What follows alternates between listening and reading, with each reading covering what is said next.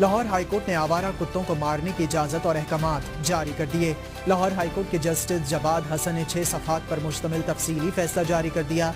अदालती हुक्म के बावजूद लाइलाज कुत्तों को बेहतर तरीके से आरामदेह मौत दी जाए। कुत्तों को Pakistan medical and dental council की हिदायत के मुताबिक मारा जाए।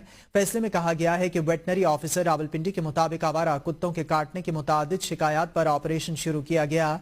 पाकिस्तान में आवारा कुत्ते लोगों पर हमला करते हैं और शदीद परेशानी का बाइस बनते हैं। लाहौर हाईकोर्ट ने शहरी अनीला उमैर समेत दीगर की दरखास्त पर समाअत की।